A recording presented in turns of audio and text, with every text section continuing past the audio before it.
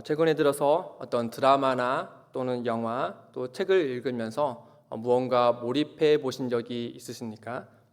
무언가 몰입할 때면 이 등장인물의 감정이 우리에게 이입되어서 때로는 웃기도 하고 때로는 울기도 하고 또 마치 내린 것냐 마냥 답답함을 호소하기도 하고 짜증을 내기도 합니다. 이렇듯 하나님의 말씀에 몰입되어 말씀으로 인해 기뻐한 적이 또는 말씀으로 인해서 눈물을 흘리며 회개한 적이 언제였습니까? 오늘 우리가 읽은 본문에 의하면 이스라엘 자손들은 너나 나나 할 거 없이 하나님의 말씀에 몰입되어 즉 감동되어서 말씀을 읽으면서 회개하고 또 찬양하고 또 언약을 세우는 일이 일어났습니다. 먼저 1절에 보시면 이 날은 바로 그달 29날인데 곧 일곱째 달 24일을 가리킵니다. 앞서 8장에서 보면은 일곱째 달에 이스라엘 백성들에게 어떤 일이 일어나느냐? 바로 그들이 자원하여서 예루살렘 수문 앞 광장에 모여 에스라로 하여금 율법책을 듣습니다. 그 이후에 다시 모인 이스라엘 백성들은 7일 동안 초막절을 지켜 행합니다. 그리고 그달 24일에 다시 이스라엘 자손들이 광장에 모여서 하나님의 말씀을 읽는 모습을 우리에게 보여줍니다. 이 8장에서 말씀에 선포되고 백성들에게 요구되는 그런 태도와 또 9장에서의 말씀에 듣고 읽는 그들의 태도를 비교해 보면 조금은 유사하나 조금은 다른 점을 우리에게 보여줍니다. 이 8장에서 말씀에 선포될 때도 이스라엘 백성들은 회개하고 또 울기도 했습니다. 그러나 느헤미야와 백성 지도자들은 이날은 성회이기 때문에 그들에게 울지 말고 하나님 안에서 기뻐하라라고 말해줬습니다. 그러자 백성들은 하나님의 말씀을 들으며 그곳에서 지내면서 크게 기뻐하였다라고 우리에게 알려주고 있습니다. 반면 9장에서도 하나님의 말씀에 선포되고 있는 모습을 우리에게 비춰주고 있으나 그들의 모습은 8장에서의 모습과 조금 다른 모습을 우리에게 보여줍니다.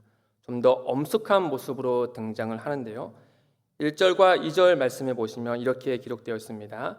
그달 29날에 이스라엘 자손이 다 모여 금식하며 굵은 배 옷을 입고 티끌을 무릅쓰며 모든 이방 사람들과 절교하고 서서 자기의 죄와 조상들의 허물을 자복하고 앞서서 크게 기뻐하였다라는 모습과 전혀 다르게 그들은 금식하고 굵은 베옷을 입고 또 티끌을 무릅쓰고 크게 자복하는 모습을 우리에게 비춰줍니다.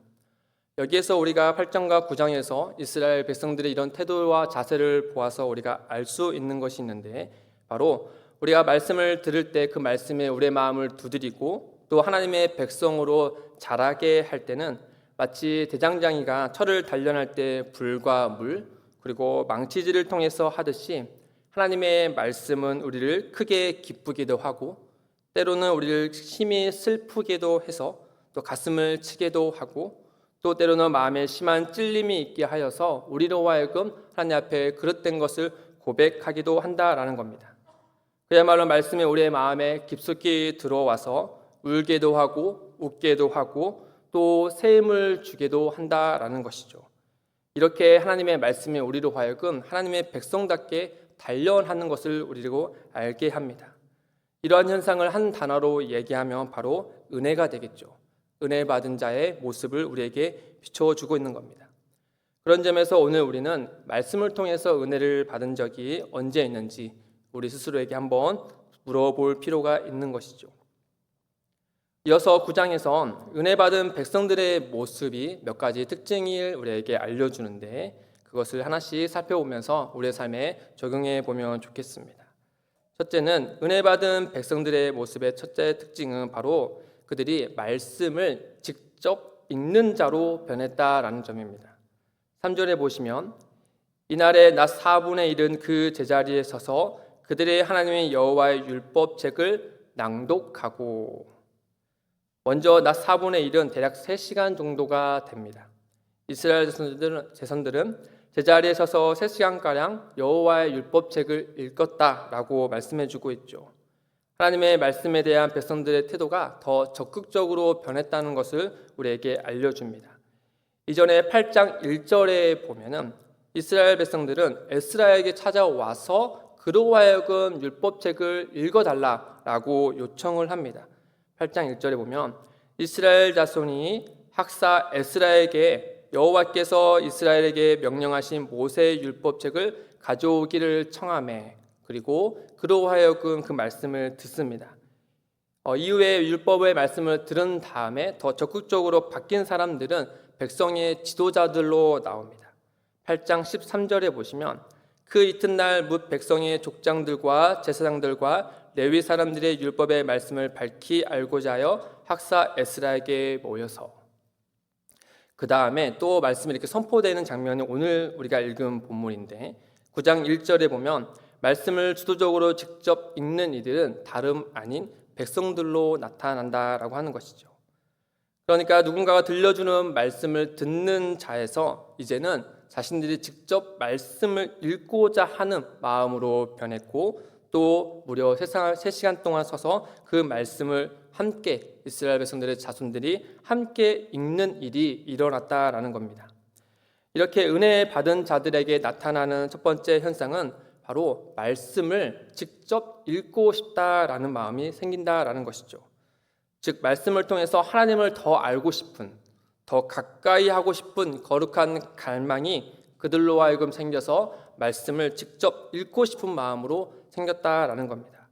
이를테면 신약에도 바울이 전한 복음의 말씀을 들은 베레아 사람들도 이와 같은 현상이 일어났었습니다. 사도행전 17장 11절에 보시면 베레아에 있는 사람들은 데살로니카에 있는 사람들보다 더 너그러워서 간절한 마음으로 말씀을 받고 이것이 그러한가 하여 날마다 성경을 상고하느니라. 사랑하는 성도 여러분, 이제 말씀을 듣는 자에서 또 직접 읽는 자로 변한 이스라엘 백성들의 이런 모습을 통해서 우리도 마찬가지로 이제 말씀을 누군가가 들려주는 것을 듣는 것에서 그치는 것이 아니라 사랑하는 가족들과 함께 우리 가족 안에서 또 집 안에서 말씀을 함께 읽음으로 하나님의 말씀이 우리 안에 더 깊이 들어오기를 간절히 바랍니다. 둘째로는 은혜 받은 백성들의 두 번째 특징은 바로 죄를 철저히 자복한다라는 것입니다. 9장 2절에 보시면 모든 이방 사람들과 절교하고 서서 자기의 죄와 조상들의 허물을 자복하고, 여기에 자복하다라는 말에는 크게 세 가지의 뜻이 포함되어 있는데 하나는 인정했다라는 뜻이고, 그리고 여기에는 던져버렸다, 그리고 찬양했다라는 뜻이 같이 포함되어 있습니다. 이 세 가지 의미는 이 자복하다라는 말에 다 포함되어 있는데 여기 먼저 보시면은 이스라엘 백성들은 이방 사람들과 절교했다라고 이야기해주고 있습니다. 바로 죄와 죄의 유혹을 던져버리는 그들의 모습인 것이죠. 말씀을 읽고 말씀이 그들의 내면에 깊숙이 들어오자 마치 빛이 비치자 어둠이 물러나듯이 그들은 죄를 던져버립니다. 다음으로 그들은 자신의 죄를 회피하지 않고 인정합니다. 그리고 6절에서부터 쭉 나온 말씀을 보면 자기들의 죄뿐만 아니라 조상들의 죄까지도 자기들의 죄로 여겨서 하나님 앞에 자복하는 모습을 우리에게 비춰주고 있죠.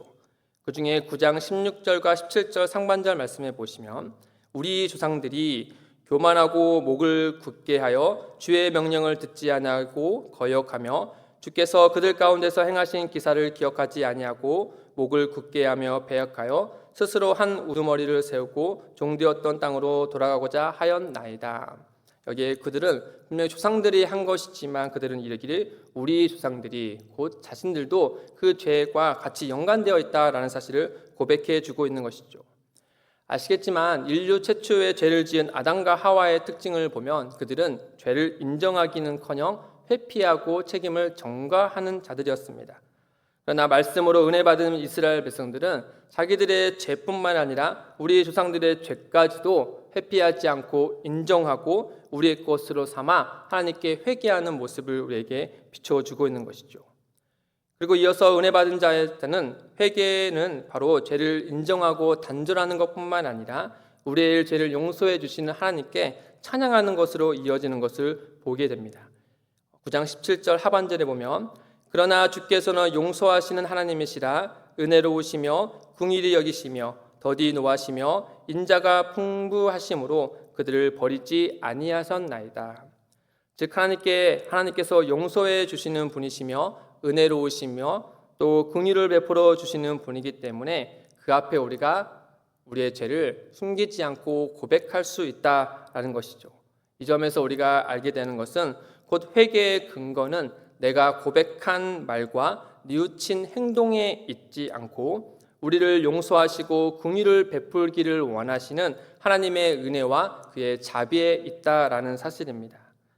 요한일서 1장 9절에 이렇게 기록되어 있습니다. 만일 우리가 죄를 자백하며 그는 미쁘시고 의로우사 우리 죄를 사하시며 우리를 모든 불의에서 깨끗하게 하실 것이요. 하나님께서 미쁘시고 의로우신 분이시고 우리의 죄를 깨끗하게 하실 수 있는 분이기 때문에 또 그것을 원하시는 분이기 때문에 우리는 그분께 자기의 죄를 자백하고 인정하고 죄를 던져버리고 그 이어서 우리를 용서하신 예수 그리스도로 말미암아 하나님을 찬양할 수 있게 된다라는 것입니다. 마지막으로 이 은혜 받은 자의 특징은 마지막은 바로 거룩한 결단을 한다라는 것입니다. 말씀을 읽은 지금의 이스라엘 백성들은 그들의 조상들과는 다를 바 없는 끊임없이 하나님을 배반하고 또 죄를 일삼았던 사람들입니다.